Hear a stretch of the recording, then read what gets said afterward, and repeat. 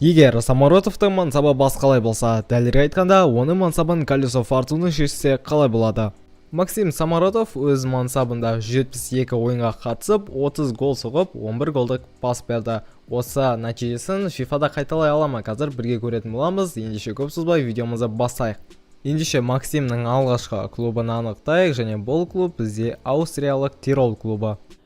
Ендеше сол Тирол сапында қанша маусым бойы өнер көрсететінін анықтайық, және Максим Самородов Тирол сапында 2 маусым бойы өнер көрсетеді.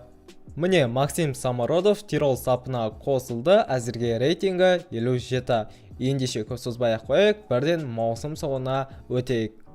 Бұл маусымда Тирол клубы 22 ойында 23 ұпайды жинап 9-шы орынмен келесі кезеңге өткен болатын, және келесі кезеңде олар бар болғаны 4-ші орынды иеленді, 24 ұпайды иеленген екен. Ал кубокта алғашқы қарсыласынан ақ жеңіліс тауып, бірден жорықтарын аяқтағанын көре аламыз. Максимнің рейтингі тым аз болғандықтан бар болғаны бір ғана ойынға қатысты, дегенмен де өзіне 4 рейтингті қосып 61 рейтингіне дейін жете алған. Екінші маусымда Тирол клубы мәз емес нәтиже көрсетті. Бар болғаны 14 ұпайды жинап 12-ші орынмен келесі кезеңге өткен, және келесі кезеңде олар бар болғаны бізде 5-ші ғана орынды иеленген екен. 10 ойында 18 ұпайдың иегерлері атанған. Әрине бұл өте нашар нәтиже. Максим Самородов бұл маусымда 28 ойынға қатысып, 7 гол соғып, 5 голдық пас беріп, бір құрғақ ойынды өткізді, және өзіне 6 рейтингті қосып, 67 рейтингіне дейін көтеріле алды. Ендеше Самородовтың келесі клубын анықтайық, осы Колесо Фортуныда айналдырамыз, және бізде түскен клуб бұл жерде норвегиялық Росенборг клубы. Ендеше Росенборг клубында неше маусым бойы өнер көрсететінін анықтайық, және бізде Самородов Росенборг клубында 2 маусым бойы өнер көрсететін болады. Жалпы бұл клуб Самородов үшін өте ыңғайлы, керемет клуб деп білемін. Осы клуб арқылы әлемдік сахнаға көріне алады, Еврокубоктерде өнер көрсетеді, және өзінің ойынын Европаға көрсете алады. Ендеше қазір біз бірден маусым соңына өткізіп жіберетін боламыз. Ендеше кеттік. Росенборг клубы бізде Норвегия чемпионатында 53 ұпаймен 3-ші орынды иеленген болатын, яғни келесі маусымда бізде конференциялар лигасында ойнауға мүмкіндігі бар, ал чемпион Бодо Глимт клубы атанған екен. Ал кубокта Лиллистром клубымен ойнасып, пенальти сериясында 4-3 есебімен жеңіп, 1-2 финалға жолдама алды. 1-2 финалда өз қарсыластарын 2-1 есебімен қапы қалдырып, финалға жолдама алған болатын. Алайда финалда Молде клубынан 2-1 есебімен жеңіліс тауып, финалда 2-ші орынмен қайтты. Росенборг конференциялар лигасында өнер көрсетті. 6 ойында 8 ұпайды жинап, 15-ші орынмен келесі кезеңге өткен болатын, бірақ біз оны көре алмаймыз, өйткені Норвегияда маусым қыс айында аяқталынады. Максим Самородов бұл маусымда 33 ойынға қатысып, 6 гол соғып, 2 голдық пас берді, 9 құрғақ ойын өткізіп, өзіне 5 рейтинг қосты. Бұл маусымда Росенборг клубы 51 ұпаймен 4-ші орынды иеленіп қалған екен, кішкене регресс бар екенін көре аламыз, бірақ та басқа да турнирлерде мүмкін топ жарған шығар. Ендеше көрейік. Кубокта алғашқы қарсыластарын 1-3 есебімен жеңіп, ширек финалға өткен болатын. Ширек финалда тағда Лиллистром клубымен кездесіп, оларды 2-1 есебімен жеңіп, 1-2 финалға өте алды. 1-2 финалда қарсыластары тағда Молде атанып, және дәл сол есеппен жеңіліс тауып, осылайша финалға жолдама ала алмай қалды. Ал конференциялар лигасында 6 ойында бізде 7 ұпайды жинай алды, солайша 21 ұпаймен келесі кезеңге өте алды, бірақ біз оны өкінішке орай көре алмаймыз.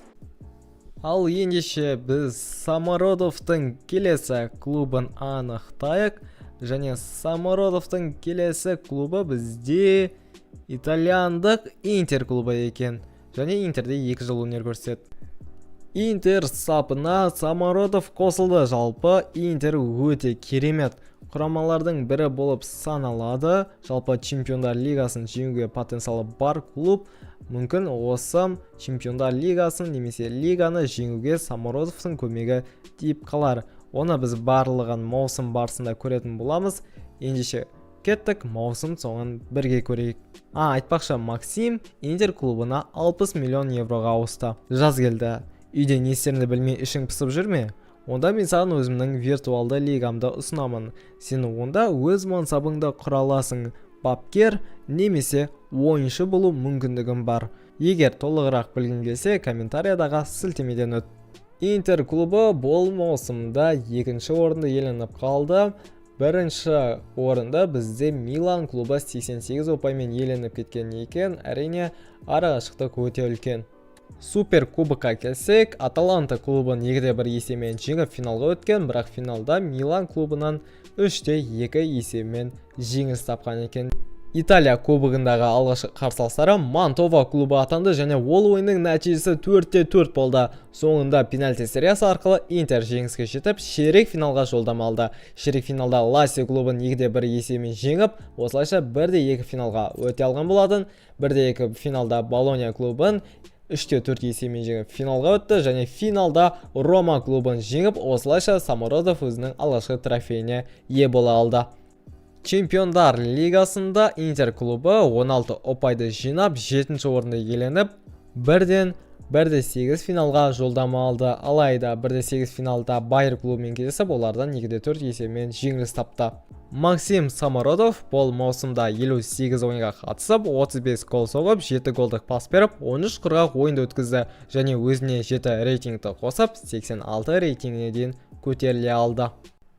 Бұл маусымда Интер неліктен екені түсініксіз, бар болғаны 4-ші орындағына иеленген екен, 74 ұпайды еншілей алған, ал бұл маусымда тағы да чемпион Милан клубын атанғанын көре аламыз.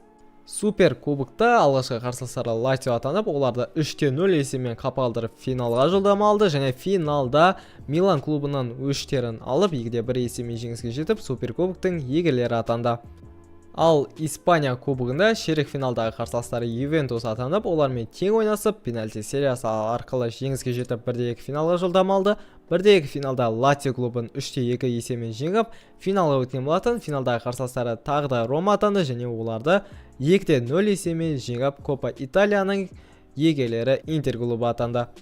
Ал Чемпиондар лигасында Интер клубы 18 ұпайды жинап, 1-8 финалға өте алған болатын және 1-8 финалда қарсыластары Айнтрахт клубы атанып, оларды 6-3 есемен қапы қалдыра алды. Осылайша ширек финалға өтті және ширек финалда Реал Мадрид клубымен кездесіп, Реал Мадрид клубын бұл жарыстан шығарып жіберді. 1-2 финалда ПСЖ клубымен кездесті және оларды 2-4 есемен жеңіп финалға жолдама алды және финалда Арсенал клубын 1-2 есемен жеңіске жетіп, осылайша Чемпиондар лигасының иегерлері атанды. Максим Самародов бұл маусымда 62 ойынға қатысып, 37 гол соғып, 13 голдық пас беріп, 10 құрғақ ойынды өткізді және өзіне 4 рейтингті қосып, 90 рейтингіне дейін жете алды. Осылайша видеомызда өз соңына келіп жетті. Видеоны лайктарыңызды басып, арнаға тіркеліп кетуді ұмытпаңыздар. Сіздермен болған Бандос арнасы ендеше келесі жүздескенше.